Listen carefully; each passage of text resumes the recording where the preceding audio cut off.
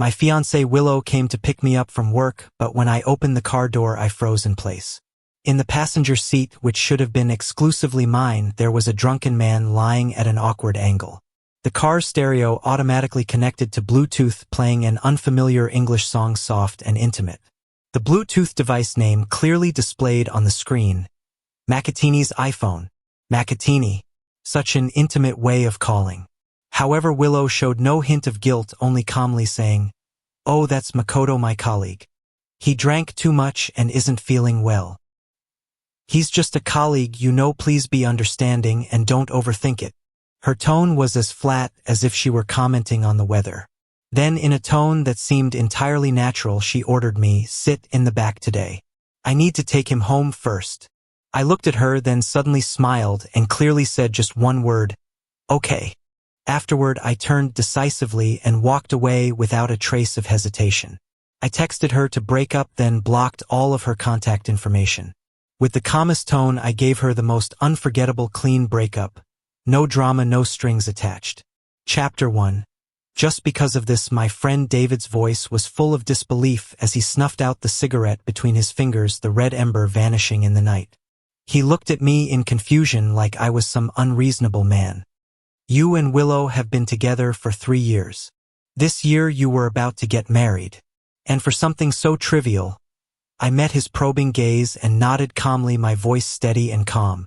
"Yeah, just because of this." To everyone, Willow was the epitome of perfection. She was a business manager with an annual salary in the millions, beautiful, gentle, tall, graceful. No sign of the spoiled, high-maintenance behavior of a rich girl. When she stood by my side, everyone said we were made for each other. Even David had said more than once that I must have done something good in my past life to end up with a gem like Willow. Our relationship was once the purest sanctuary in my heart. It was just the two of us, there no room for any impurities, not even a speck of dust. Yet this relationship, which everyone envied, ended with me calling it quits just because she took a drunk male colleague home. It certainly sounded ridiculous. David's confusion in his eyes hit a nerve in me. He didn't know that just 3 hours ago my world had been turned upside down. That day Willow said she was done with her social gathering and would pick me up from work. As usual, I pulled open the passenger door, tired but happy. But instead of her gentle smile, I was greeted by the strong smell of alcohol mixed with an unfamiliar men's cologne, which immediately overwhelmed me. In what should have been my seat, a stranger was drunkenly slumped over, completely out of it, like a pile of mush. He seemed to sense the light from the door and sluggishly opened his eyes, flashing me a crooked grin, utterly drunk. "George!" He mumbled my name, and the next second, as if he were too hot, he roughly tugged at his tie. At that moment, my breath caught in my throat. That tie, I knew it all too well. It was the silk tie Willow had given me for my birthday last month in iris blue. Now it was loosely hanging around another man's neck. How could my tie be on him unless she had given an identical one to Makoto? I stood frozen, feeling as though my blood was freezing inch by inch. Willow, sitting in the driver's seat, finally pulled her gaze from the rearview mirror and looked at me. Her face held no sign of guilt, not even a hint of flustered explanation. "Oh, this is Makoto, my colleague. He drank too much and isn't feeling well. As a colleague, it's only right that I take care of him." Her tone was as flat as if she were saying, "The weather's nice today." Then, in an entirely natural tone, she ordered me, "Sit in the back today. I need to take him home first." That expression, so natural, made me momentarily question if the fault was mine. But when I looked at the tie on the man's neck, I just felt the deepest sense of irony. We'd been together too long. So long that she had forgotten my most hated thing in the world. People and situations without boundaries. That tie that belonged to me, that seat that should have been mine, that man she was protecting as though it was her duty. Everything felt like a sticky mess, blinding my eyes and tainting my heart. Just then, a jarring tune suddenly blared from the car without warning. On the screen, the Bluetooth name boldly flashed: Makoto's iPhone. The space that once belonged to us was now playing another man's playlist. The nerve of it, stepping into what was once ours, made me feel more disgusted than the tie around his neck. The last bit of warmth in my heart was completely extinguished by that music. Willow finally noticed my silence, and a trace of impatience crept into her voice. "What are you still standing there for? Get in the car." I suddenly laughed. There was no warmth in that laugh. I looked at her and clearly uttered just one word, "Okay." After that, I turned resolutely and walked away without a second glance. I texted her to break up, then blocked all of her contact information. When I got back to the house we shared, I began packing my things. I scooped up the orange cat we had raised together.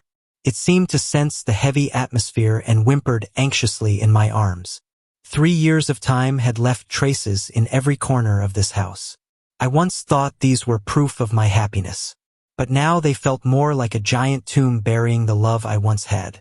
I wanted so badly to be carefree, to take everything in just one suitcase and leave cleanly. But the reality was the things that belonged to me were so many that I'd need a truck to carry them all.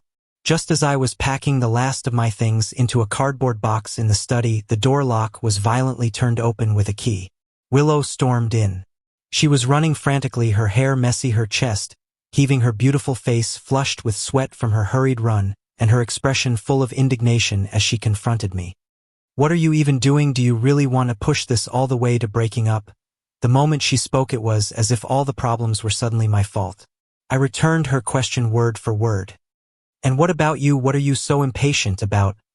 My calm response seemed to have completely enraged her. "Just because I took care of a drunk male colleague. He was drunk from his business meeting. I was just taking him home.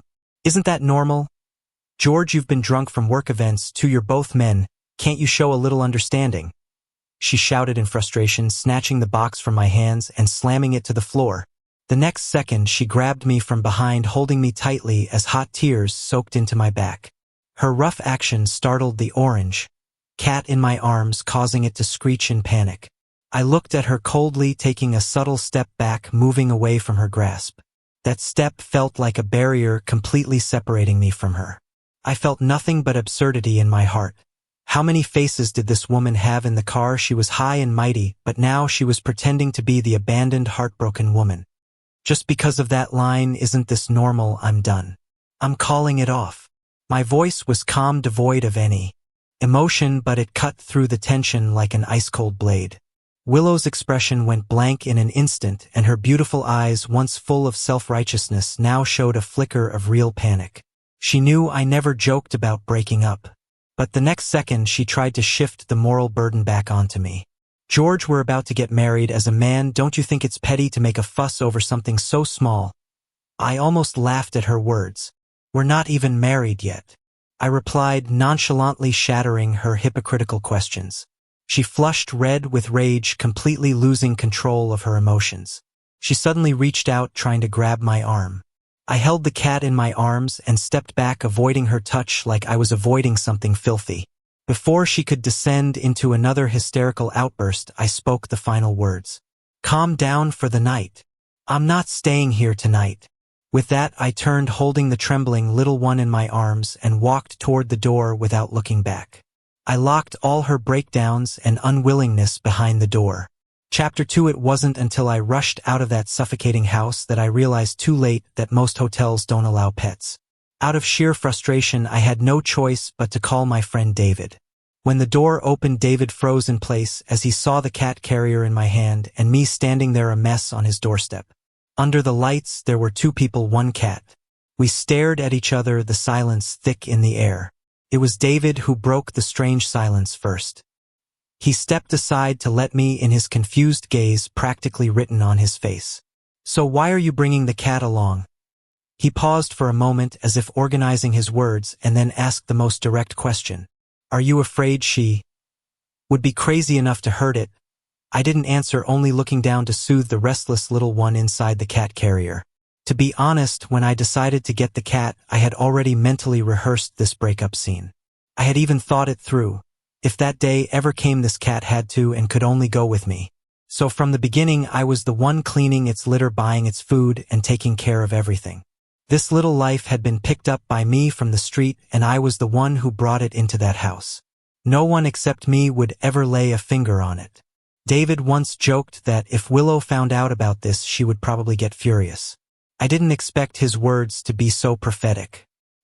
He poured me a cup of hot water, his brow still furrowed, clearly unable to understand, and said, "So you're breaking up with her over this small thing? In his view, a breakup should come after a build-up of disappointment, a broken heart, and a quiet, unnoticed goodbye. But for me, it wasn't like that. My decision was sharp like an unexpected storm. I pulled at the corner of my mouth and gave a sarcastic smile. Why should I force myself to wait for disappointment to pile up before leaving? And why should I keep giving her the chance to hurt me over and over again? I raised my eyes, my gaze as cold as ice. As soon as I sense anything wrong, I'll immediately pull away without a second thought. In my eyes, this isn't a small thing, it's a test, a blatant test of obedience. If I let it slide this time, there will definitely be a next time and the time after that. She'll only get worse, more excessive, and more shameless. I can't lower my boundaries again and again for anyone. My words turned the confusion in David's eyes into clear discomfort and heartache. He furrowed his brow, his voice strained. What about the 3 years you spent together? 3 years, and you're willing to let go just like that? Just like that? Giving up completely? That's a huge sunk cost. I didn't say anything more. All the proof of love now felt like knives stabbing into my chest. David sighed deeply and then placed a hand on my shoulder. I hope you don't regret this. I still want to advise you to think it over one more time. Chapter 3. The next day, I didn't call for a big truck. The whole setup would have been too much, as if there was still some room left. I only called for 2 small trucks to park downstairs. Moving out felt more like reclaiming what rightfully belonged to me. Willow didn't go to work. She sat gracefully at the dining table, elegantly eating her breakfast. Meanwhile, in the kitchen that once belonged to us, a tall and upright figure was tying on an apron, busily moving around. It was Makoto, her male colleague. When she saw me enter, a spark of light flashed in Willow's eyes. But that light only lasted a second before being swiftly replaced by her usual arrogance and aloofness. She slightly raised her chin, casting a look at me as though offering a charitable glance, followed by a disdainful sniff through her nose. Realized your mistake and came back to beg me, she said. George, I'll tell you this.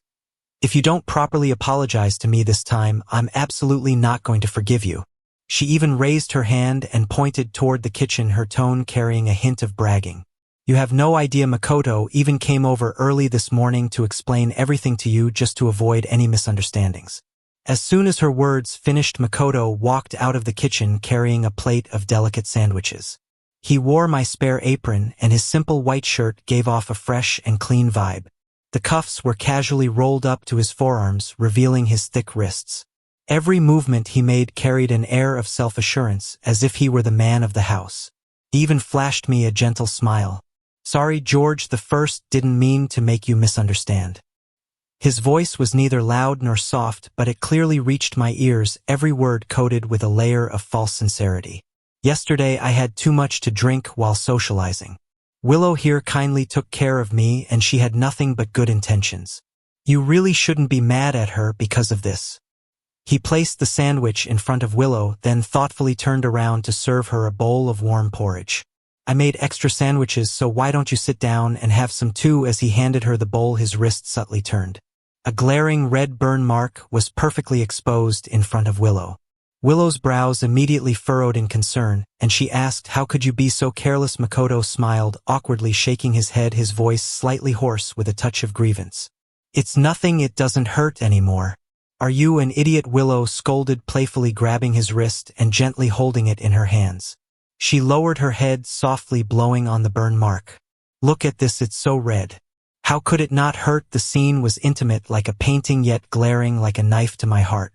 After blowing on the burn, she didn't let go of his wrist, but rather looked up at me defiantly and gave a command. George, what are you standing there for? Go get the burn ointment. Makoto's face flushed at that moment, even his ears turning bright red, as if he was embarrassed or perhaps feeling a sense of triumph. I watched this absurd and ridiculous scene unfold before me, watching their intimate performance full of affection. A wave of laughter born from intense anger suddenly surged from deep within my chest. If before this morning I still held a tiny ridiculous glimmer of affection for these 3 years together, now that last ember had been completely extinguished in the absurdity of this farce. A cold curve tugged at the corner of my lips as I asked, Did you break your hand? Can't you get it yourself? My voice, sharp and venomous, sliced through the intimate atmosphere between them. I bypassed their frozen figures and walked straight into what used to be our bedroom. My suitcase had been packed long ago. At this moment I was simply clearing out the last few things that still belonged to me. One by one, item by item. The things she gave me, the things I bought, all the items that carried shared memories, I threw them into black garbage bags without any hesitation. For the things I couldn't take, like the desk I assembled myself, I took a picture and sent it to the old lady downstairs who collected scrap. I asked her to come up whenever she had the time to take it away. I wanted to erase every trace of my existence from this room. Willow, with a pale face, could no longer hold back. She stormed in, her voice sharp and malicious. "George, can you stop being such a coward? Who else would be so petty like you? Makoto already explained everything to you. Why can't you just accept it?" She seemed to think her questions weren't enough, taking a step forward and glaring at me with those beautiful eyes as if she were trying to dissect me with them. "Are you really going to give up on the 3 years we spent together?" Her tone carried a high-handed certainty, almost as if she were issuing me a final ultimatum.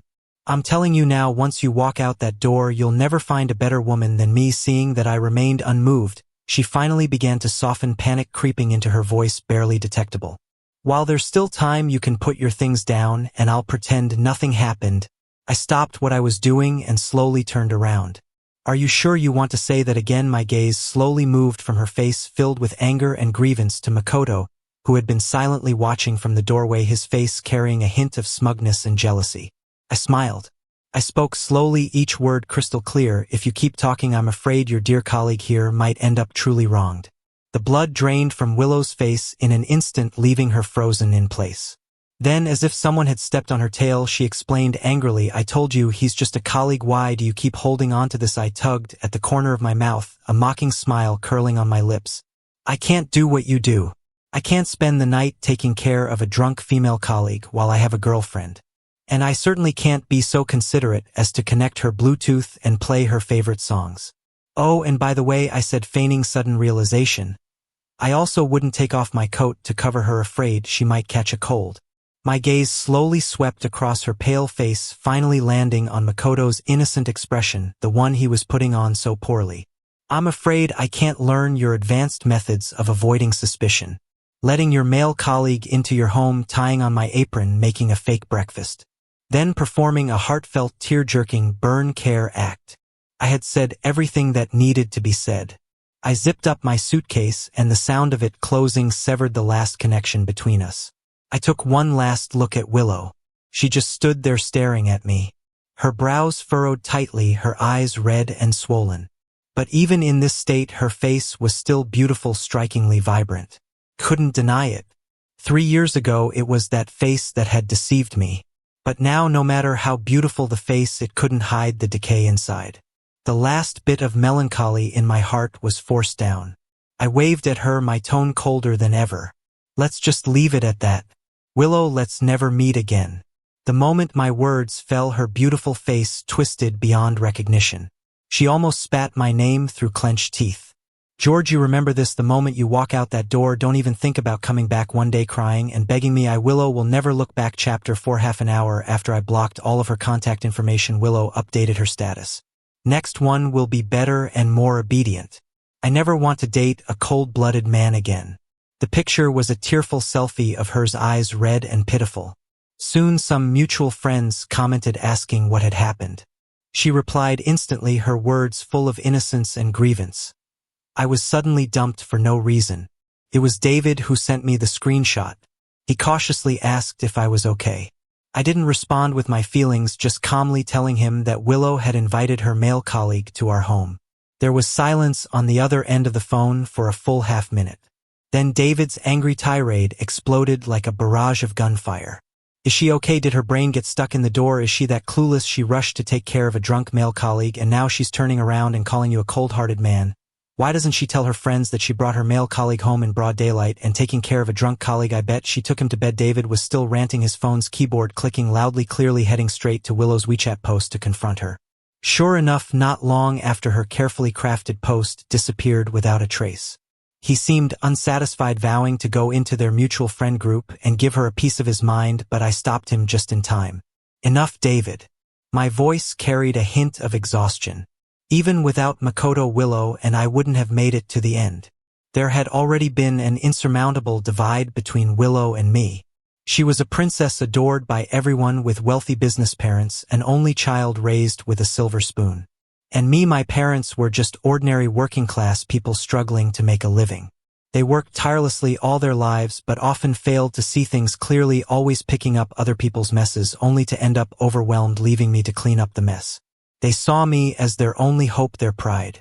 That heavy expectation weighed on me like an invisible mountain, nearly suffocating me. Fortunately, I did my best, studying relentlessly and making it into the best high school in the city. On the day I filled out my college applications, I didn't hesitate at all.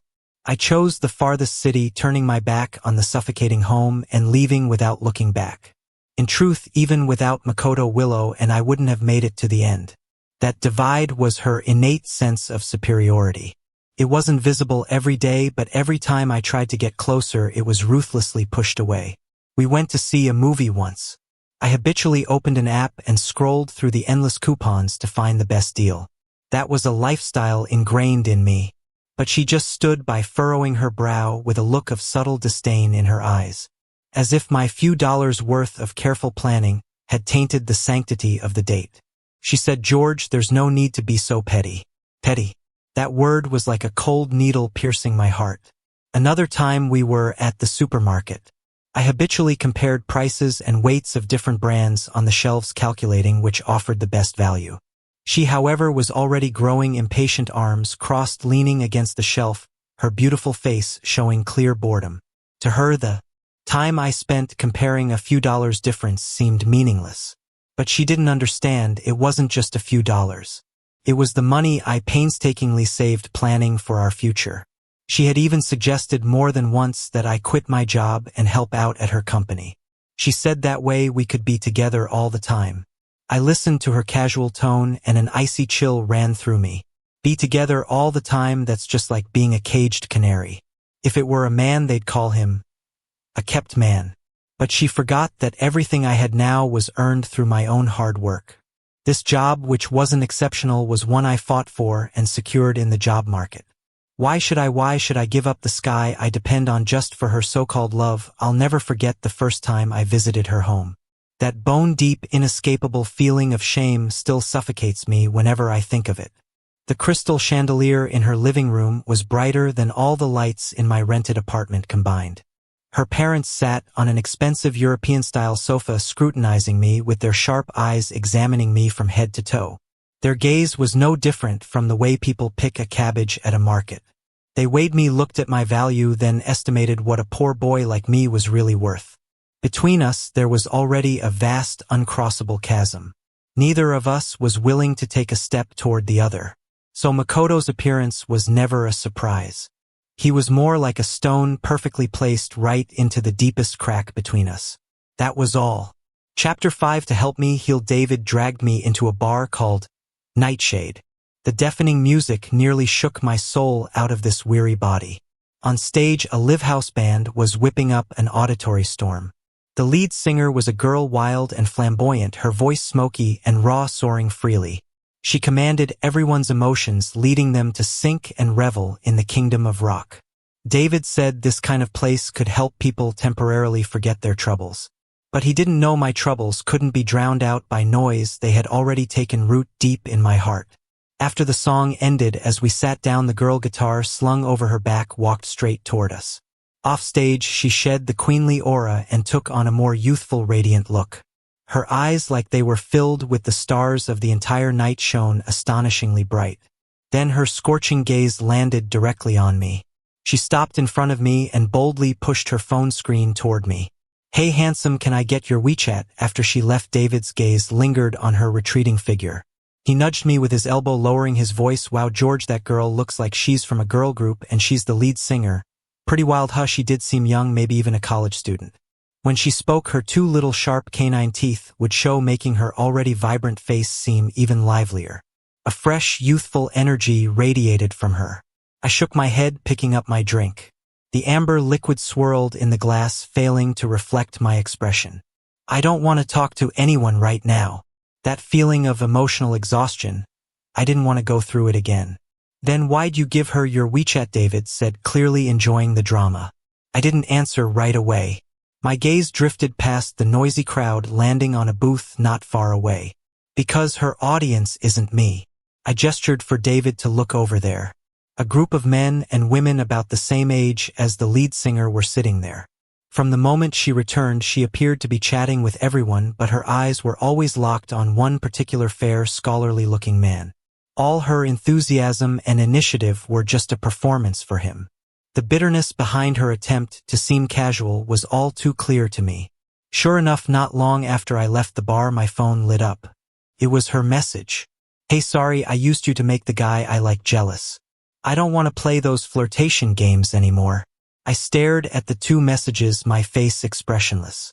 My finger lightly slid across the screen and tapped the red delete button. No reply, not even a ripple of emotion. Another drama that had nothing to do with me. I couldn't even muster the interest to be a spectator. On the 8th day after the breakup, Willow staged a carefully orchestrated performance on her WeChat. David's WeChat popped up full of unfiltered schadenfreude.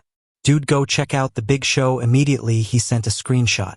The background of the photo showed two figures in a hotel nestled closely together, clearly intimate. It was Willow and Makoto. No caption, but it spoke louder than words.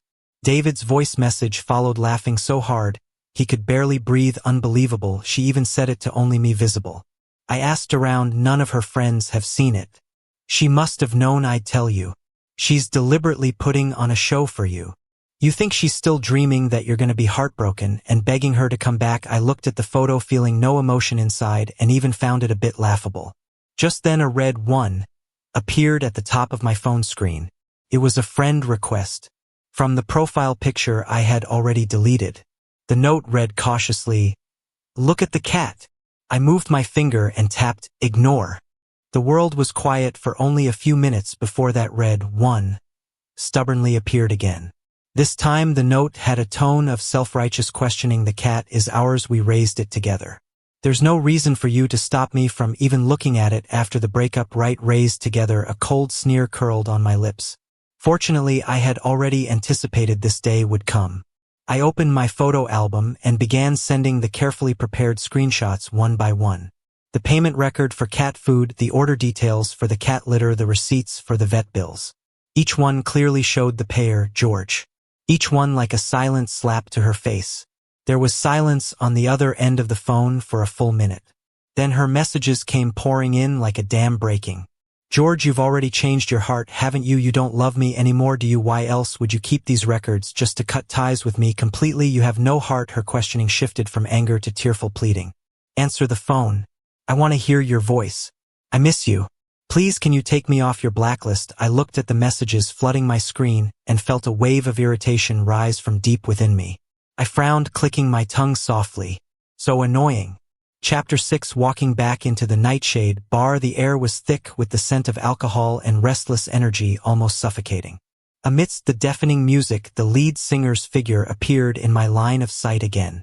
She seemed to be a regular here, but tonight she wasn't performing. She and a group of friends pushed through the crowd, her punk-style black jacket standing out under the dim hazy lights, bold and attention-grabbing. She casually spoke to her friends, a carefree smile playing on her lips.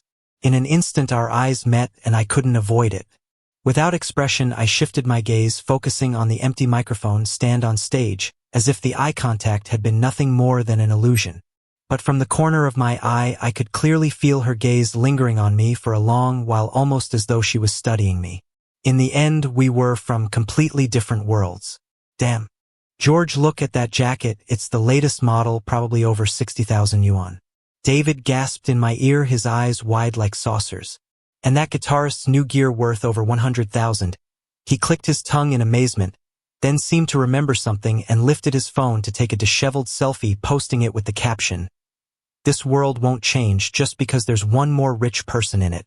I watched his childish behavior, my lips barely twitching. Yeah, what difference does it make if your heart is barren? No amount of material possessions can fill it. We hadn't been sitting long when a shy-looking girl, her ears flushed red, approached us, her voice barely above a whisper. "Hey, can I add you on WeChat?" A suppressed burst of laughter came from her table behind her. Another round of boring games. I nodded, unlocked my screen, the process smooth and swift like a pre-programmed routine. The girl eagerly scanned the code, blushing, and hurried away. This time I didn't even wait to leave the bar. With a light tap on the screen, the freshly lit avatar was sent straight into my blacklist. As I stood to leave, I passed by the lead singer's table. A clear, mocking laugh hit my ears. Laughable, that guy looks so innocent. Sophia asked him for his WeChat to annoy Martin last time. And now this adventure game lost, and another woman's asking him for his WeChat. What a sucker. Another voice chimed in, dripping with disdain. It's just a bit of fun. No need to take it seriously. I didn't stop walking through the noisy crowd. The cold wind outside the bar blew away the last remnants of drunkenness. David had already been called away by a few friends shouting about heading to the next venue. I waved them off, standing alone at the street corner in the middle of the night waiting for a cab. The surrounding noise faded instantly and the world seemed to narrow down to just me. On the cold late-night street corner, the chill was like a knife. A glaring crimson Maserati smoothly came to a stop in front of me. The familiar sleek body made me instinctively furrow my brows and turn, wanting to leave immediately, not wanting to stay for another second. The car door slammed open and the sound of high heels hitting the ground echoed urgently. George, that voice I had long grown tired of, sounded behind me, and the next second my arm was grabbed tightly by a force. We need to talk. Willow, whom I hadn't seen in days, had immaculate makeup, but her eyes were filled with stubborn desperation as she forcibly kept me in place. I tried to pull away, the muscles in my arm tightening. My voice was cold, devoid of warmth. Let go. I don't have a habit of chatting with exes. Let go or I'll call the police. My warning was useless. She grabbed harder, her nails almost digging into my skin. Her cold eyes furrowed in a deep frown filled with intense unwillingness. Suddenly Willow yanked open the car door, trying to use force to shove me inside. Get in the car, I'll take you home. I stumbled back as she pushed me and my frustration exploded. How do you know I'm here? Are you following me? Her gaze flickered for a moment, her lips pressed tight, an unnatural expression flashing across her face. I saw it on David's WeChat story. I clenched my teeth. David, that damned pig teammate, had really screwed me over. Seeing that I wasn't going to budge, she suddenly softened her tone, a trace of pleading creeping into her voice. Just think of it as me missing the cat. Okay, take me to see the cat. The cat again. She was surprisingly strong, nearly forcing me into the car. At that moment, a hand suddenly reached out from the side, slender with clear knuckles and an unyielding strength, grabbing Willow's wrist and prying it off me. Willow's movement froze. Taking advantage of her momentary shock, the owner of the hand effortlessly pulled me behind her. A lazy voice tinged with a hint of playful amusement rang out in front of me. Sis, didn't you see? He doesn't want to go back with you. It was her.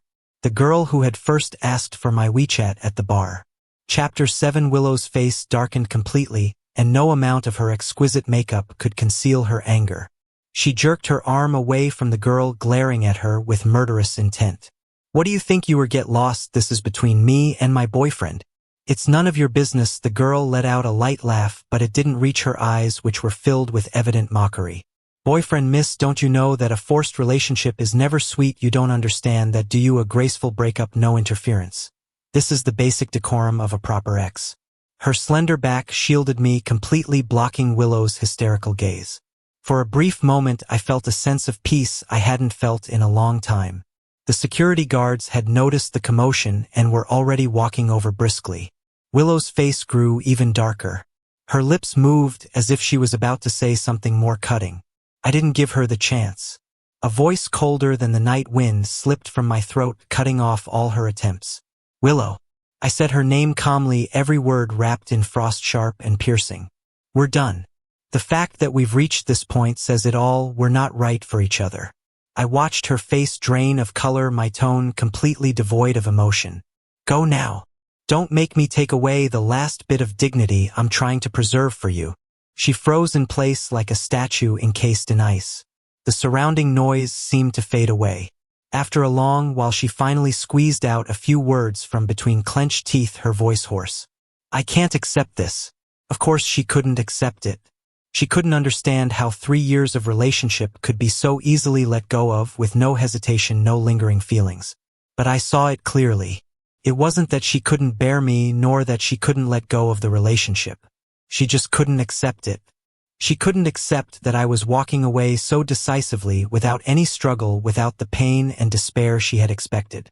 My clean break had completely ruined the one-man show she had prepared.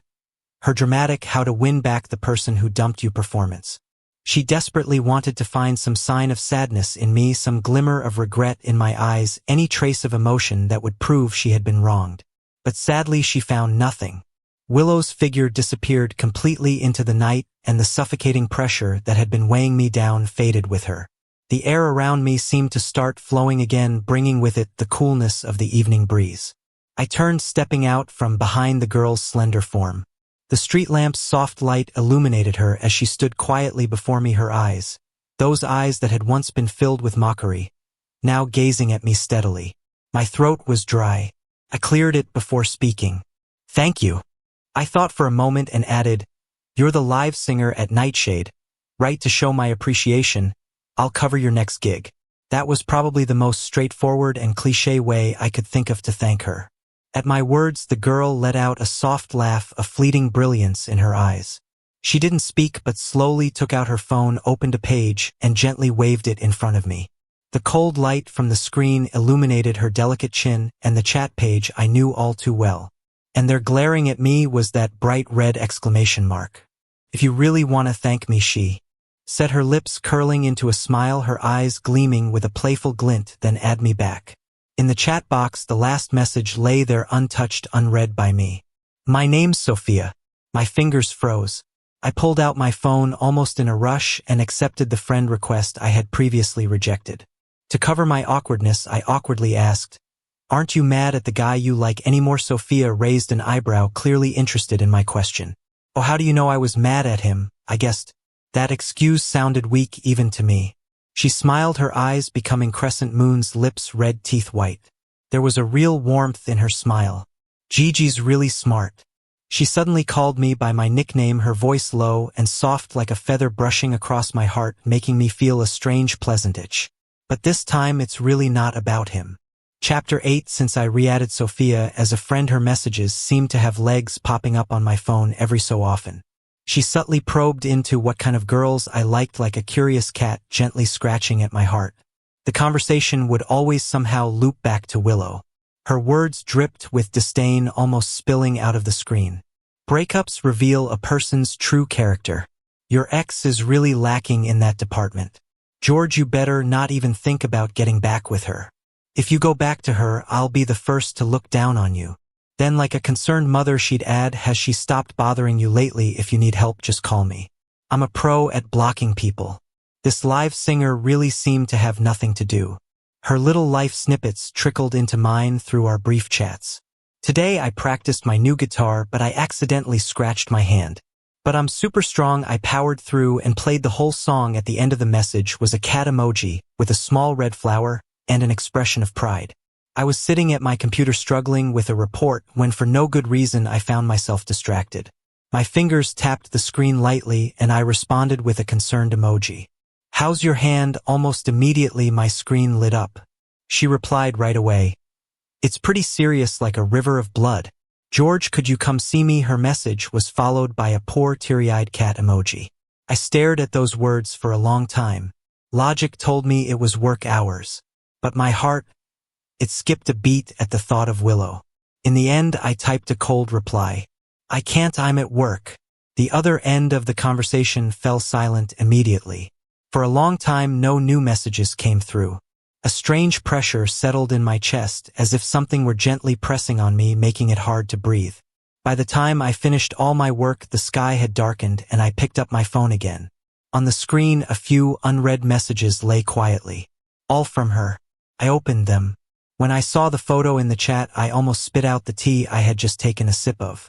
Enlarged, the photo revealed a smooth, shiny thigh occupying my entire view, the lines flowing and beautiful. And that supposed injury just a light pink scratch. If she hadn't pointed it out with her delicate fingers, it would have been almost invisible. But wait, wasn't she supposed to have injured her hand? Why was it her leg? Under the photo was a complaint dripping with faux sympathy. "It hurts so much."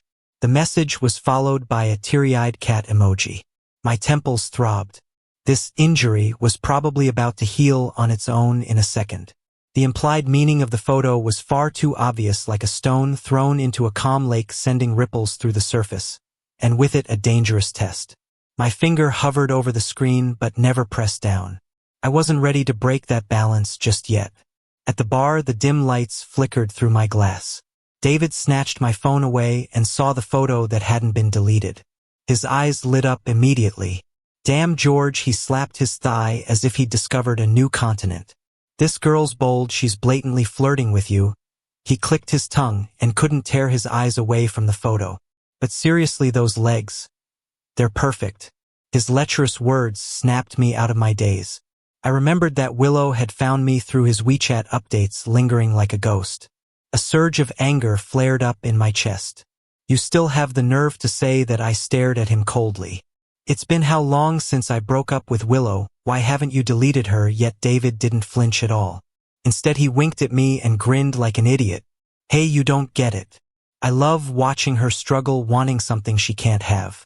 It's so satisfying." He shook his drink in the air, his voice dripping with mischievous delight. "Especially after the way she treated you. Watching her crack over you is just too fun." I looked at him, feeling like the whole situation was absurd. This kind of vengeful satisfaction, I couldn't relate to it at all. Chapter 9. Sophia's flirtations hung in front of me like a hook coated in honey, blatantly dangling in my face. I instinctively stepped back, unable to avoid it. Each greeting she sent was met with the coldest, most distant responses I could muster. A voice inside me screamed. Part of me worried she was just using me as a distraction when she was bored. The other part of me, deeply skeptical, didn't believe in genuine affection for no reason at all. David leaned against the wall, lazily watching me and saying that I was turning myself into a prisoner, getting stuck in my own mind. "Can't you just believe in fairy tales for once? Like there really is such a thing as love at first sight, and the moment she saw you she fell for you." His tone was teasing, full of mockery. I immediately rejected the idea, my voice as cold as ice. "No, I don't believe in that. Any closeness always hides an agenda, especially with someone like Sophia. Beautiful, dazzling, born into wealth, like a rose carefully cultivated, surrounded by admirers who would kneel before her." My suspicion was confirmed the moment I saw Sophia again. The deafening music was nearly shaking the roof of the bar. Under the dim, seductive lights, a handsome, sunny man was clinging to her by the stage, his demeanor affectionate yet forcefully assertive. She, on the other hand, had a look of clear disgust on her face as she tried to pull her hand away. Just as she was about to say something, her gaze met mine through the bustling crowd as I entered the bar. Our eyes locked. In that instant, it felt like everything around us was muted. A bright light suddenly ignited in her beautiful almond eyes. She lifted her slender finger and pointed directly at me. "My boyfriend is here." Her voice wasn't loud, but it hit my ears clearly. My mind went blank and I instinctively turned to look behind me. There only David stood, just as confused as I was. Seeing my bewildered expression, the man sneered, his disdain practically oozing from his eyes. "Sophia, are you kidding me? You're just picking some random guy here and calling him your boyfriend. Who do you think you're fooling, tisk?" A light click of his tongue laced with impatience. Sophia picked up a square gift box from the table, clicked her high heels, and walked straight toward me. Without saying a word, she shoved the cold box into my arms. The next second, I felt her warm, soft touch as she directly linked her arm with mine. Her sweet fragrance instantly enveloped me. Sophia tilted her head slightly, a proud, almost smug expression on her face as she spoke to the man. "Let me introduce you properly. My boyfriend, George." Her voice was clear, each word crisp and precise. When she finished, she subtly squeezed my fingers, a soft, almost inaudible whisper reaching my ear, the volume just enough for only the two of us to hear. "Do me a favor." Her tone was laced with an imperceptible plea, like a kitten's paw gently scratching at my heart. I immediately understood. The small irritation I had about being used evaporated with that soft, almost pleading voice. I turned my head, meeting the man's gaze, which was filled with jealousy and frustration. I curved my lips into a smile, polite but coldly distant. "Hello, is there something I can help you with regarding my girlfriend?" The word girlfriend was barely a whisper, but it was clear and sharp like a dull knife. Non-lethal, but enough to sting. The man's eyes reddened in an instant as though I had publicly exposed all his fragile pretenses. His voice trembled, filled with a desperate, almost frenzied madness. "I don't believe it. I've never heard of you, Sophia. You just picked some random guy to fool me, didn't you?" Sophia's delicate brows furrowed, the last trace of patience draining from her beautiful face. Her tone turned icy colder than I expected. "Enough, Martin. Do you really want us to prove it to your face?" At her words, the man named Martin's face drained of color, the last trace of blood vanishing completely. He glared at me, his eyes burning with hatred, as though he wanted to pierce right through me. Then, in a flurry of embarrassment, he turned and forced his way through the noisy crowd, fleeing. The deafening music once again flooded my ears. I watched his disappearing back, then returned the cold gift box to Sophia. She had helped me once, and I had helped her once. We were even. But to my surprise, Sophia simply looked at me, showing no intention of reaching for the box. Her smooth lips parted slightly. "It's for you." I froze for a moment and lowered my gaze to open the gift box. Inside, resting quietly, was a watch, its subtle silver dial gleaming with a cold, expensive shine. It was clearly worth a lot. Sophia's pale earlobes had inexplicably turned a faint shade of pink. She glanced at me, but then, as if burned, quickly shifted her gaze away. She spoke softly. "Has anyone ever told you that your name suits you, George?" She uttered my name, the trailing sound soft and light. Traditional and reliable. Traditional and reliable, that phrase felt like a ridiculous joke. I couldn't help but laugh, though the laughter didn't reach my eyes. She probably didn't know I had a younger brother, Ethan. A name that symbolized strength, courage, and resilience. But behind that name there was no beauty, no hopeful meaning. Just endless darkness and mire. Gentle was another word someone had once used for me. Willow. But after we broke up, she told anyone who would listen that George was just like my name. Flashy, pretentious, and disgustingly fake. I suppressed all emotions, closed the gift box, and handed it back to her. "Thank you for the watch, but it's too expensive. I can't accept it. Consider today as me repaying the favor for last time when you helped me." I spoke with politeness, keeping a distant tone, trying to draw a clear line between us. Sophia stared at me, the light in her beautiful eyes slowly fading. After a long pause, she suddenly tugged at the corner of her lips, a cold, mocking smile spreading. "George, it seems you really want to distance yourself from me." Her voice was light, but it pierced straight into my heart like a needle. "Why, you don't like girls who are younger than you?" Before I could answer, her bright, playful face broke into a full, mischievous smile. "I don't believe it." That word landed heavily like a stone thrown into water. My heart skipped a beat. Chapter 10. At this point, even if I were dense, I should have realized Sophia's obvious intentions. She wanted to pursue me. I built up a high wall around my heart, shutting out all her eager attempts, and my voice carried no warmth. "We're not suited for each other. I can't be with someone so much younger than me." I paused, adding a sentence as if to put a final nail in the coffin of this rejection. "It would make me feel like I'm luring a minor." Her beautiful almond-shaped eyes never wavered as she stared at me, the fire in them only growing stronger. 8 years, what's the big deal? My mom's 10 years younger than my dad, and they've been happily married for 40 years. Her voice was clear and unwavering, full of determination. "George, if you're using age as an excuse to turn me down, I won't accept it." Her bold and straightforward declaration hit me like a stone, sending ripples through the still waters of my heart. I found myself momentarily speechless. But soon the ripples faded. It was just a fleeting moment. Someone like her, pampered and well cared for, could get anything she wanted. The things that were out of reach only became more enticing. Once this novelty wore off, she would tire of it, and like tossing away an old toy, she'd turn away without a second thought. I told myself this, and so I didn't engage with her any further. But to my surprise, Sophia's enthusiasm wasn't a brief downpour, but a long, drawn-out rainy season. She pursued me publicly for 6 months. Everyone in the bar knew about it. No one was unaware. Then one day, one of her friends stopped me outside the bar. The girl was grinning, full of gossip. "George, you're really breaking records. We've never seen Sophia chase someone for this long." She winked at me and lowered her voice. "The last guy, the so-called high mountain flower, she gave up after 3 months, saying he was too boring. So go on, don't listen to her. We all want to see just how long she'll keep this up."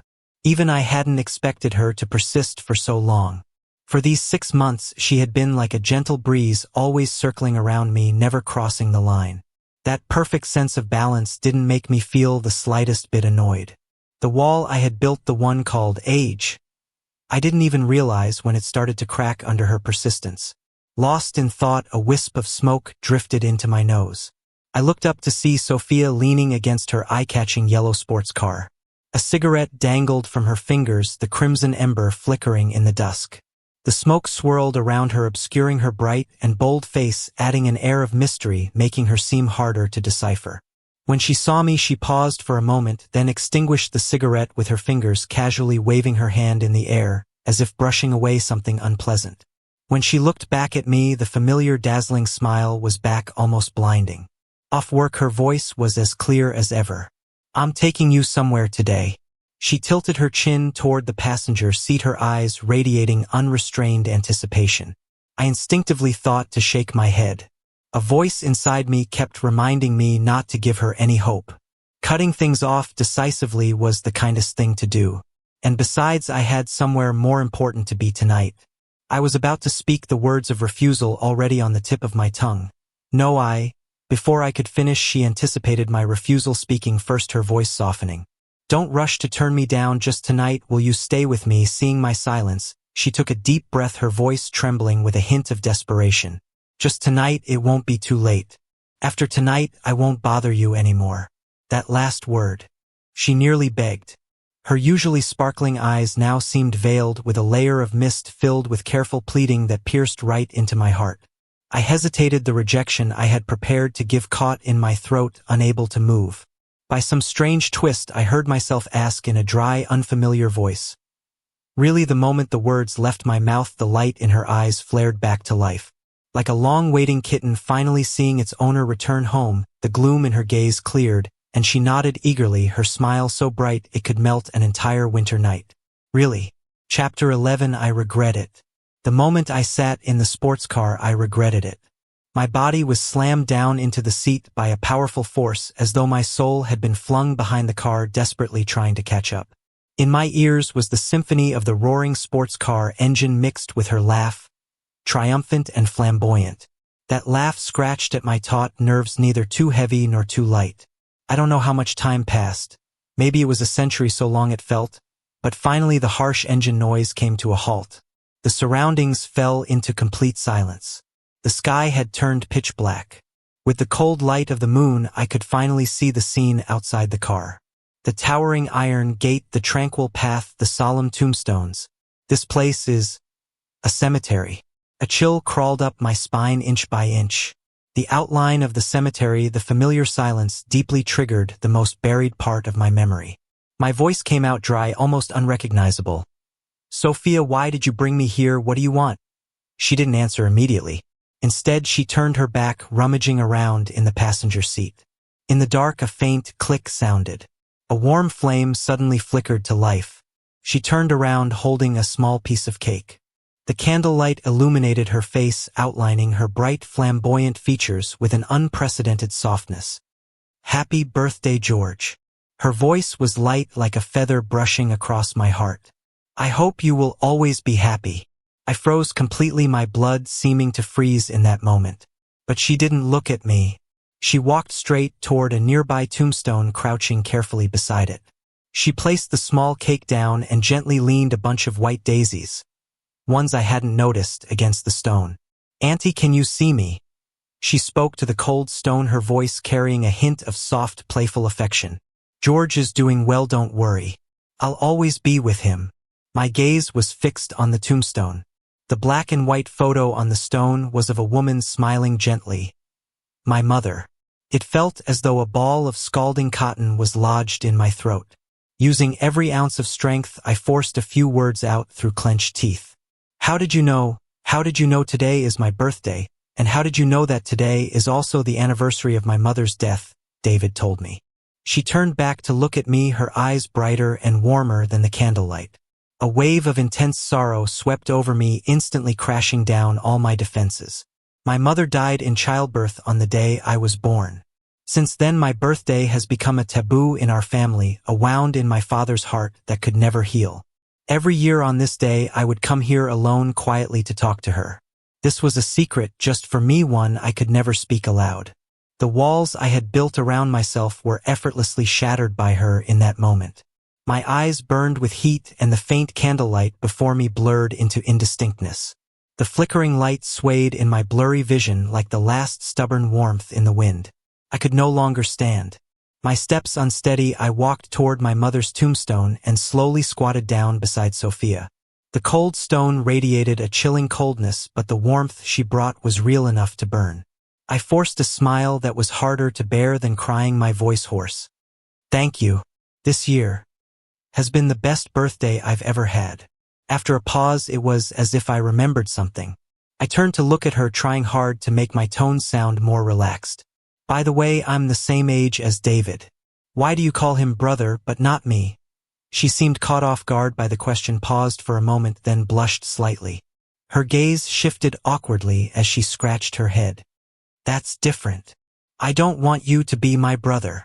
Her voice was very soft, but it was like a stone thrown into the lake of my heart, creating ripples that spread out one after another. I withdrew my gaze and looked at the small flickering flame. So today you want me to accompany you to the cemetery? That was just to get you here. She seemed worried that I might misunderstand, quickly explaining with a tone full of unsuppressed frustration. I just wanted to spend your birthday with you. It's hard to get you to agree to anything. Looking at her puffed up cheeks, the ice in my heart melted a little more. Suddenly she seemed to remember something and eagerly pulled something out of her pocket, carefully handing it to me.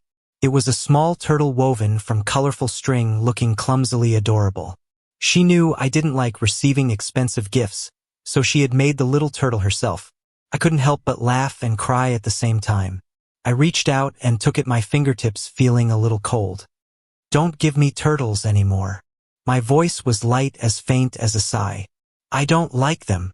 When I was a child, I was frail and often alone. A neighbor lady, worried that I might be lonely, gave my father a little turtle to keep me company. But my father didn't know how to care for it. After a month, that tiny life stiffened in front of me. My father yelled at me, saying that a turtle was such an easy creature to care for, but it didn't last under my watch. He cursed me for being useless, for being someone who brought misfortune.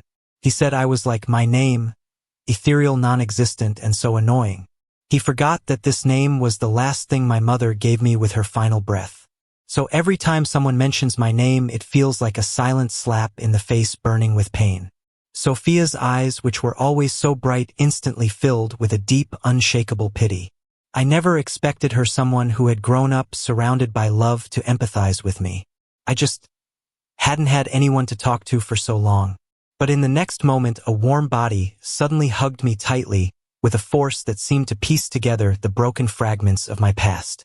Her arms wrapped around my back as though she were trying to gently stitch me back together piece by piece. She whispered into my ear, her tone incredibly serious, as if declaring a solemn truth. You are good and your name is good. George, you deserve love no matter when. With a sudden crash, the last thread of rationality in my mind snapped completely. So this is what it feels like to be chosen and cared for by someone. This warmth was enough to pull me out of the mire of my past. I raised the corners of my lips, and this time it was a smile that came from the heart, free of any pretense. For the first time, I actively responded to this light that had barged into my life. Thank you. I looked into her eyes under the candlelight and whispered my wish. My wish is that we both get better in the future. Sophia. My wish is to have you with me. Chapter 12. On the way back, the night wind carried a faint sweetness, almost imperceptible. But Sophia wouldn't let go of my hand, her fingers stubbornly tangled with mine. Let's take a picture, George. She raised her phone, not pointing it at our faces, but at our tightly clasped hands, clearly pressing the shutter. In the photo, there were no faces, only the silent vow of our fingers entwined. She quickly posted it online with a caption that was just one word. Mine. Dominant, just like her. Not long after, her phone rang. The voice on the other end was unrecognizable, but her tone was so excited it was almost unbearable. It worked, we finally did it. I thought it was just a little girl's excitement sharing our budding romance with her friends and didn't give it much thought. After all, it was the first time someone was loving me so fervently and steadfastly. David soon saw our official announcement from my WeChat post, and his message was full of teasing. Nice one, George. How's it feel to date a little sister? How did it feel? I raised my eyes and glanced at Sophia, who was curled up on the couch hugging the cat. Clingy. Too clingy. She seemed like she wanted to be attached to me 24/7, leaving her mark on all my things to claim ownership. This was completely different from Willow, two completely opposite extremes. When I was with Willow, it felt like we were two independent planets orbiting smoothly on our own tracks. Occasionally we would cross paths but never interfered with each other. But Sophia, she was the sun, demanding that the planet must always revolve around her. Her possessiveness and desire for control were strong, almost obsessive. Especially after she found out that Orange was a cat I raised with Willow. She looked at that fluffy little creature, her eyes always so bright, but there was a barely noticeable hostility in them. She even got jealous of the cat. Recently she started pestering me for a Valentine's Day gift. Not an expensive luxury item, but something handmade by me to prove it was one of a kind, and filled with love. I, who couldn't even get through a basic craft class, what could I possibly make? But seeing the expectant look in her eyes, I couldn't bring myself to say no. After thinking it through, I could only dive into a handmade silver jewelry shop after work, learning how to make her a necklace. The clumsy file in my hands was like an unruly beast, constantly resisting me at every turn. My phone was set up beside me, and in the video call, I could see Sophia's enlarged face smiling cheerfully. She rested her chin on her hand, looking at the screen with great interest, watching me struggle with the cold tools, my face contorting with frustration. The joy in her eyes almost overflowed from the screen. It seemed like my clumsiness and awkwardness were exactly what she wanted to receive, the one-of-a-kind love letter. At that moment, an unfamiliar voice suddenly came through from her side. Look at you smiling like that. Are you really serious about it? The teasing in the voice was sharp and abrasive, and I instinctively paused my movements, looking up at the screen. In the video, Sophia's smile instantly vanished, without a trace, replaced by a cold frown. It seemed like she muttered something angrily, and in the shaky frame I caught a glimpse of an awkward figure hastily walking away. When the camera returned to her, she had forced a smile back on, but it was a little strained. Don't listen to her nonsense. She's just jealous that I have such a loving boyfriend. I just Ed in response, nodding as I turned back to my work, battling the unshaped silver material. The surroundings fell quiet again, only the sound of the file scraping against the metal breaking the silence. After a while, I didn't hear her say anything else, but the almost searing gaze of hers never left me. I looked up and met her careful, almost inquisitive eyes. You aren't angry, right? Her voice was soft, as if afraid of disturbing something. I was a little confused. No, I'm not. Getting angry over a careless remark wasn't something I would do. Upon hearing my affirmative answer, Sophia seemed to finally release the tension she had been holding, letting out a long sigh. This necklace took me a whole month to finish. During that time, I tore it apart and fixed it again and again, remade it countless times, and finally clumsily I finished it. When I handed her the small box with the necklace inside, I felt an inexplicable nervousness in my heart. Sophia opened the box, lowering her gaze, staring at it for a long time. Long enough that I thought maybe she didn't like it. Thank you, I really like it. She finally spoke, but her voice carried an indescribable heaviness, completely different from the excitement I had expected. My intuition told me that something was off, but I couldn't figure out what was wrong. I reached out and pinched her cold cheek, trying to dispel the strange atmosphere. Chapter 13. On my way home in the evening, I ran into someone I thought I would never see again. She was standing under the camphor tree, the one where we once fed stray cats together. She wore a striking red dress, standing there motionless. She gazed at me quietly, her eyes full of longing and reluctance. The smile on my face slowly froze, my fingers tightening, as I unemotionally hung up Sophia's call. It was Willow. I remembered how after I blocked all her contact details, she went crazy calling me from different unknown numbers. Back then, she was still upset about our breakup, unable to let go of me, or herself. On the phone, she had asked me, hysterical, to give her an explanation she could accept. Even if I die, you must let me die with clarity. She stubbornly believed that unless she understood the reason her life would never be able to move past this. I thought it was ridiculous and laughable. She had forgotten so quickly. It was as if she wasn't the one who had been ambiguous with a male colleague letting him into her home. Now she was acting as though the world owed her playing the victim. So I told her with utter seriousness and cruelty word by word. You were testing me, testing my limits, testing how much I would tolerate for you. He was so obviously in love with you. You didn't reject him. You even let him into your home. Willow, we're not kids anymore. If you don't initiate, you still have to reject. Your lack of rejection was to him an open invitation. You can stay up all night taking care of him because he's drunk. Tomorrow you'll let him into your bed. If I let this slide, how can you guarantee there won't be a next time? I'm just not giving you another chance to hurt me. What are you feeling wronged about? As for her suffocating family and the coldness she showed day after day, I didn't want to bring them up again, treating them as painful memories. There was a deathly silence on the other end of the line. In the end, I calmly sentenced our past to death. I don't make friends with exes. I had once said that a good ex should be like a ghost, completely gone from each other's world, never to disturb. That was the last period I placed on the end of our tragic past. Looking back, she obviously didn't understand. I turned and walked away without hesitation. How have you been lately? Willow's voice came from behind me, trembling ever so slightly. I didn't stop walking. It all felt absurd. In just a few months she had lost so much weight. The striking red dress on her now made her frame look even more fragile. Her face was pale and worn, clearly showing that she wasn't doing well. I'm good, don't worry about it. My voice was cold, wanting to escape this suffocating reunion as quickly as possible. But my sleeve was gently tugged by a force. She looked at me. Carefully, her eyes, which once made me fall for her, now only showed humble curiosity. Are you with her now? I lowered my gaze, watching her fingers clutching my sleeve. Then I looked up and met her eyes, where I could clearly see a glimmer of lingering affection. I quickly turned my head as though that gaze had burned me. It's none of your business. Don't push me away like this. She softened her voice as if trying to coax me. Even though we're apart, I still want you to be happy. Her tone suddenly shifted to a more aggressive questioning.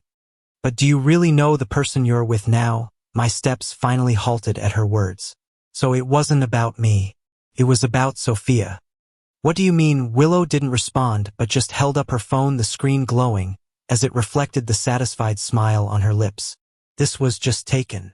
The background of the photo was bizarre, with loud heavy metal music seeming to burst through the screen. It was a live house.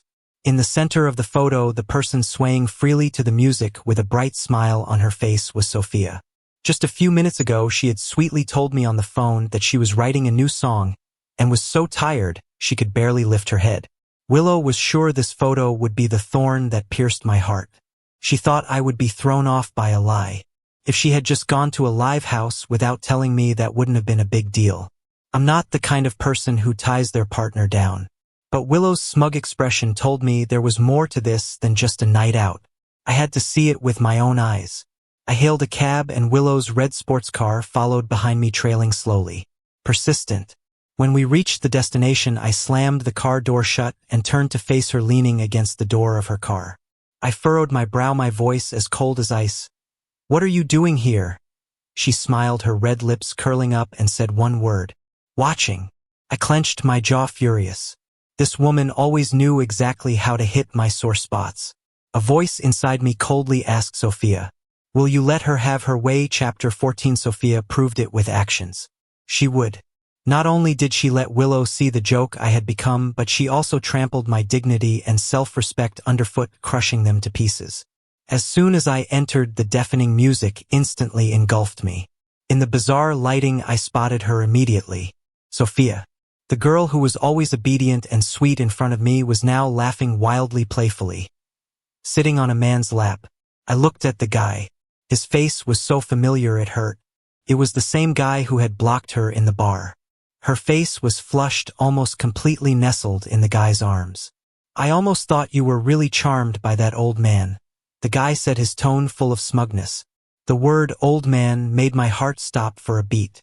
You're just using him to get back at me, right, to test my sincerity. Right now you've won, so hurry up and break up with him," the guy said, gloating. Sophia let out a soft snort, her tone dripping with the pride of someone doing a favor. "Well, you didn't care about me at first, so I had to find someone else to make you mad. But..." She changed the subject, taking a necklace off her neck and casually playing with it between her fingers. It was the necklace he had spent a month handcrafting and stringing together. "He gave it to me on Valentine's Day. I just casually said I liked it, and he actually took it seriously." She laughed indifferently, as though telling a joke about someone else. That necklace, which held all my feelings for her, was nothing but a cheap trophy in her hands. A girl with smoky makeup nearby leaned in, envious, trying to reach for it. Sophia turned her body to block her, protecting it like it was something precious. Another girl, excited, asked, "So how long are you planning to play with this guy? Why don't you let me have a turn? I also want to try the older guy experience." The room burst into sharp, mocking laughter at the words. Every laugh felt like a loud slap to my face, stinging with pain. Behind me, Willow muttered a curse her anger barely contained. She picked up an empty bottle from the corner, looking ready to charge at them. I grabbed her wrist with enough force to make her frown in discomfort. "Don't do anything impulsive." My voice was unnervingly calm. Willow turned sharply to look at me, a mix of complex pain and anger flashing in her beautiful eyes, as if scolding me for not standing up for myself. "Are you really just going to let them insult you like this?" Before she could finish speaking, I let go of her and walked toward them. The mocking laughter came to an abrupt stop as soon as I appeared.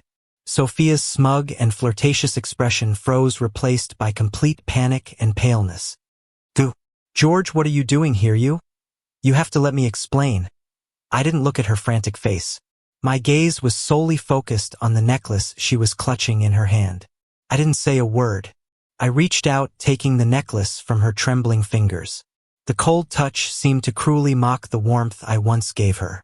Then I grabbed a bottle of beer from the table. In the shocked gazes of everyone around, I poured the entire contents over her face, the one adorned with delicate makeup. The beer dripped down her hair in a messy, ungraceful cascade, splashing across her fake expression. My gaze was calm, like a stagnant pond, no ripples rising at all. Their now even breaking up seemed like an unnecessary, redundant phrase. Saying we were never really together, that it was just a game, might be more fitting. The suppressed emotions burst out like a shaken bottle of soda the moment the cap was twisted off, foam spilling over in a sticky, destructive sweetness. I looked at those eyes I once thought were filled with stars with an intense disgust. In her terrified, pleading gaze, I heard myself curse her with venomous words, each one sharp and deliberate. It wasn't just a game, was it? Why the act of being wronged in front of me? Why can't I just play with you to death? Get out of here. Never show your face in front of me again. My attitude shattered whatever hope she had left. As soon as I finished speaking, the man who had been silent until now finally couldn't stay seated. He jumped up, his finger nearly poking my nose, his face full of disdain and contempt. "How dare you speak like that? You really think you're some pure-hearted male lead fishing for true love? Why don't you take a look in the mirror and see how old you are? Shut the fuck up." Sophia screamed at the man, then, like grabbing at a lifeline, reached out to pull at my sleeve. Her hand never even touched me. Smack. A crisp, sharp slap echoed through the air, slapping back at her. Sophia's head snapped to the side from the impact, 5 clear finger marks immediately appearing on her face. She clutched her cheek, staring in disbelief at the person in front of her. "Willow!" She screamed like an ignited firecracker, her fury boiling over. "Are you really still clinging to George like a fucking ghost?" Willow flexed her wrist, her beautiful red lips curling into a cold, mocking smile. "I'm here to teach you a lesson for him, you shameless woman." She took a step forward, looking down at Sophia from above, her presence radiating an intense energy. "He's a man. It's not right for him to hit a woman. But I'm different. I'm a woman. If I want to hit you, I'll hit you however I like." This sentence completely triggered Sophia. Her eyes, now red, became wild as she lunged at Willow, both of them tearing at each other's hair, instantly becoming a chaotic mess. Screams, curses, the sound of a broken bottle hitting the ground. My mind was in turmoil, buzzing like a boiling pot of porridge. For a moment, I had only one thought. Let it all burn. Let everything just get the hell out of my world. However, in the final moment when that last string of reason was about to snap, I held onto it with all my strength. I knew better than anyone that these two, one from the Liu family and the other seemingly from a decent background, if things went too far, there would be plenty of people to clean up the mess. The only one who'd suffer would be me, the old man, with nothing to my name. Willow. My voice was low, but it cut through the chaos like a cold blade. Let's go. Willow, who had been pinning Sophia down, paused when she heard my voice. Without hesitation, she released her grip, stepping back and swiftly returning to my side. Sophia, now a mess, slumped to the ground, her hair in disarray, her makeup ruined. She glared at me with such intensity, as though she wanted to carve pieces of flesh out of me with her eyes. I didn't give her even a glance. I turned, decisively leaving. Chapter 15. The night had deepened. In the apartment, only the smell of disinfectant lingered, sharp and cold. I lowered my eyes, carefully wiping the cut on Willow's lip with a cotton swab, dipping it in antiseptic solution. She was very quiet, not once wincing in pain. In just a few short hours, my life had been fast-forwarded and another farce ended in a hurried collapse. Once again, an uncomplicated breakup. The moment I stepped out of the bar, I expressionlessly pulled out my phone. I found that familiar contact, deleted it, and blocked it all in one swift motion. I even sadly realized that I had become so proficient at quickly and thoroughly cutting off an emotion that it was almost painful. Halfway through cleaning the wound, the silence in the air was carefully broken by her. I've completely cut ties with Makoto. I swear nothing like what happened before will ever happen again. As I was putting the cotton swab away, her hot fingers suddenly gripped my hand. Can we? I stiffened all over as if something dirty had touched me, yanking my hand back violently. The movement was fast, with no lingering attachment. No. My voice held no warmth, coldly rejecting Willow's plea for reconciliation. I knew it. Willow seemed to have expected this answer, letting out a long sigh as if she had unloaded some heavy burden. She looked at me, her eyes filled with complexity. Your heart is made of ice. You can let go of 3 years of love just like that. You've only been with that woman for a few months. You'll get over it quickly. Her tone even carried a hint of strange encouragement. You have to hold on. Don't go soft. Don't get back together with her. I lifted my eyelids, not wanting to say more, giving her a tired, dismissive glance. I don't need you to teach me. Indeed, failed relationships are never worth revisiting, and those who have betrayed me will never deserve forgiveness. I told David everything in detail. On the other end of the line, there was a long silence. After the silence came a disappointed sigh. Damn man, I've known you for so many years, how did I never realize you've got a knack for attracting trash? No wonder Sophia was acting like a lunatic yesterday, calling around asking where you were. He paused before asking the same soul-searching question I had. With her love for drama, why doesn't she just go off and destroy herself? I didn't reply. All the curse words I could think of had already been used when I poured that bottle of beer on her. What was left was just endless exhaustion and disgust. Sophia, of course, couldn't reach me. She chose the most foolish and direct method, waiting for me downstairs at my building. The bruises on her face hadn't faded, and combined with her pale, pitiful face, she looked both pathetic and repulsive. The moment she saw me, her lips moved, as if she wanted to say something, but she swallowed it back down. Her eyes seemed to be asking for an explanation, but also fearing that I would tell her to leave. I couldn't be bothered to listen to any more nonsense, so I spoke first. Don't come back. My voice was calm, but it made her body tremble uncontrollably. Getting rid of everything here again would be troublesome. I don't want to move to another place. These few words, I said them with the utmost frustration. Her face turned paler inch by inch. I looked at her, my gaze cold, as I reminded her. I haven't been here long. You should know what I mean by that, right? Either you disappear or I disappear. And I no longer want to waste my life on people who don't matter. The air was dead silent for a long time. Long enough that I thought she would, like last time, cry, throw a tantrum, or go mad. But she didn't. She just looked up, her eyes red, tears welling up in them. Her voice broke with a sob. You won't forgive me, will you? I looked into those eyes that once made my heart skip a beat. Now all I felt was sheer mockery. You already know the answer, why bother asking me? I admit at first I got close to you just to get back at him. she said, her voice trembling, tears falling in heavy drops. But all this time I really liked you. Whether you believe it or not, the things I've done for you weren't fake. What they said was just a joke, can't you forgive me? By the end her voice even cracked with a crying tone, as if she were wronged beyond measure. You like me too, right? Why couldn't you give me a little leeway, huh? I was almost laughing in disbelief at her distorted sense of reality. She played with emotions like a game, and now she was the one playing the victim. She thought that, because I liked her, she could act entitled, thinking that no matter what she did I would unconditionally tolerate it. So what? I asked her lightly, my voice so cold it could freeze. So you think that because you owe me nothing you can treat me like a toy? You think you can turn me into a joke, a conversation piece at your drinking parties? Is that it? From the start your intentions were fake. Now how can I believe a single word you say? I called her full name, each word slow and deliberate, as though I wanted to strip this name from my memory completely. Sophia, the biggest regret I have right now is that day at the bar I gave you my WeChat because I was afraid you'd be upset. I took a step forward, leaning close to her terrified face, and whispered in her ear just loud enough for us two to hear. Tell me, wouldn't it have been better if we had never met? Her body stiffened suddenly. I watched as the color drained from her lips and added the final blow. I shouldn't have softened my heart that day. After this, Sophia Kim truly disappeared from my world. Life returned to its quiet rhythm, but unexpectedly work brought a promotion. I took on a new project, with the client being the famous Kim Group from City A. What was even stranger was that they specifically requested me to handle this project. I had my doubts, so I asked around and soon learned about Mr. Kim's background. He had only one daughter, raised like a precious gem in the palm of his hand.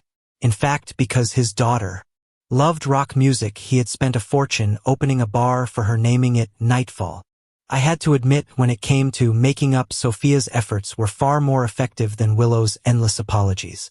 I stared at the bank notification on my phone, a reminder that my salary had been credited, the numbers suddenly increasing in front of me, both dazzling and enticing.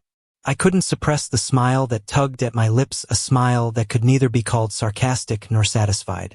If things ended with a full pocket like this, I'd be willing to go through a few more relationships like this. After all, as long as your heart is strong and you can let go, life has no obstacle you can't overcome. Chapter 16. Sophia Extra. The first time I paid attention to George was at the insistence of my friend. The lights flickered hypnotically, dizzying my vision, and the deafening music thudded in my ears. My friend nudged me and, pointing toward a corner of the bar, whispered, Sophia, look over there. You wanted to find a guy to make Martin jealous, right? That one over there seems like a good option. I followed the direction of her finger, and there he was. In a corner, sitting at a table, was a man. He wore a simple white shirt, but it was impeccably clean. His face was soft and reserved, but his eyes were cold as ice, a clear line of separation between him and the bustling world around him. My friend kept egging me on. The ones who seem so calm and detached are the ones who play the best games. Her words intrigued me so much that a mixture of alcohol and my own desire for victory overtook me. So with my guitar in tow, I headed towards him. He didn't reject me, which was expected. After all, since I was a little girl, no man had ever been able to reject me, Sophia. But what I didn't expect was that when I confessed that I only wanted to use him to make someone jealous, the famous rejection would come up in the conversation so quickly. I stood there stunned, feeling for the first time the bitter taste of direct rejection. Well, look at that, everything seemed so soft, but inside it seemed to have thorns. Later, when my friend brought up that absurd idea again, I wasn't as enthusiastic. However, I ran into George once more. At that moment, my pride and desire for conquest took control again. I turned to my friends and with a confident smile said, if we're going to do this, let's do it big. He's the one. I bet that in 6 months I'll have him at my feet. That was how the casual encounter outside the bar happened. I saved him from an awkward situation, and every word I said had a hook. It wasn't hard to understand what I wanted. But I quickly realized I had made a mistake. George wasn't hard to conquer. It's just that he simply didn't give me the chance to do so. My enthusiasm crashed against him like a stone thrown into water, leaving not even a ripple of response. My friends advised me to let it go, that there were many other men in the world. But I didn't. I couldn't even explain why to myself. He wasn't my type, and he treated me with utter indifference. But still I became obsessed, wishing his gaze would linger on me. Just a little more, just a little more. Until one day I finally understood. George had an almost unhealthy obsession with the purity of his feelings. And from the beginning I had tainted his world of white and pure with a lie, leaving a stain that I couldn't erase. Just when I was about to lose hope, an unexpected visit arrived in my life. It was Willow, George's ex-girlfriend, that annoying woman. She looked at me with an expression full of lewdness, enjoying my discomfort. Be careful, don't play with fire. George has an obsession with emotional purity, and if he finds out the truth, he will never forgive you. Her voice was soft and slow like poisoned honey. A chill ran through my body, and a rage fueled by the offense began to burn inside me. I forced a smile, drawing the most ironic grin I could manage. So did he reject you because you're dirty? My words, as I expected, hit her weak spot. Willow's face immediately darkened, but she quickly recovered and flashed her typical triumphant smile. No, I'm not dirty. When we were together, everything was clean and pure. We had a time of happiness that no one could break. She stepped closer to me, her gaze overflowing with pride. Even though we ended, I was the one who had him, I was the one who possessed him. And you, Sophia, not for a second were you the owner of his heart. Better pray that your lie fools him for the rest of his life. Because when he leaves you, he won't even bother to look at you. Each word from Willow was an uncomfortable truth I didn't want to admit. Frustration grew inside me like wild weeds, uncontrolled. I decided I would try once more. Just once. If this time he rejected me, I would completely give up and never pursue him again. But it was this last time, just this time, that George accepted. At that moment, a wave of immense joy flooded over me. But soon despair reached me. My heart tightened as if caught by an invisible hand, torn between heaven and hell. Willow's words echoed in my mind like a spell. To deceive him forever. I had to deceive him forever. That elaborate lie would eventually come to an end. When George saw me sitting on Martin's lap laughing with my friends and heard that absurd joke, my world collapsed immediately. Panic flooded my chest and my blood froze in an instant. At that moment I couldn't distinguish whether what I felt for him was just a desire for conquest or if truly I already loved him deeply. All I knew was that I couldn't lose him. I wanted to tell him that at first it was a lie, but that the feelings had become real. I wanted to tell him that Martin was already part of the past, that it was just a game, that I really just wanted to be with him. But I opened my mouth and no words came out.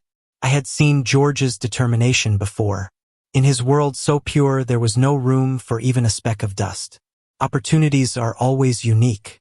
Once lost, there is no second chance. Those eyes that once drowned me in tenderness were now cold, devoid of even a hint of softness. Only a clear, frozen contempt remained. His gaze, like a sharp dagger, pierced through me. I knew at that moment that everything between us had ended. From that day on, for many years, the name George became a thorn lodged in my heart.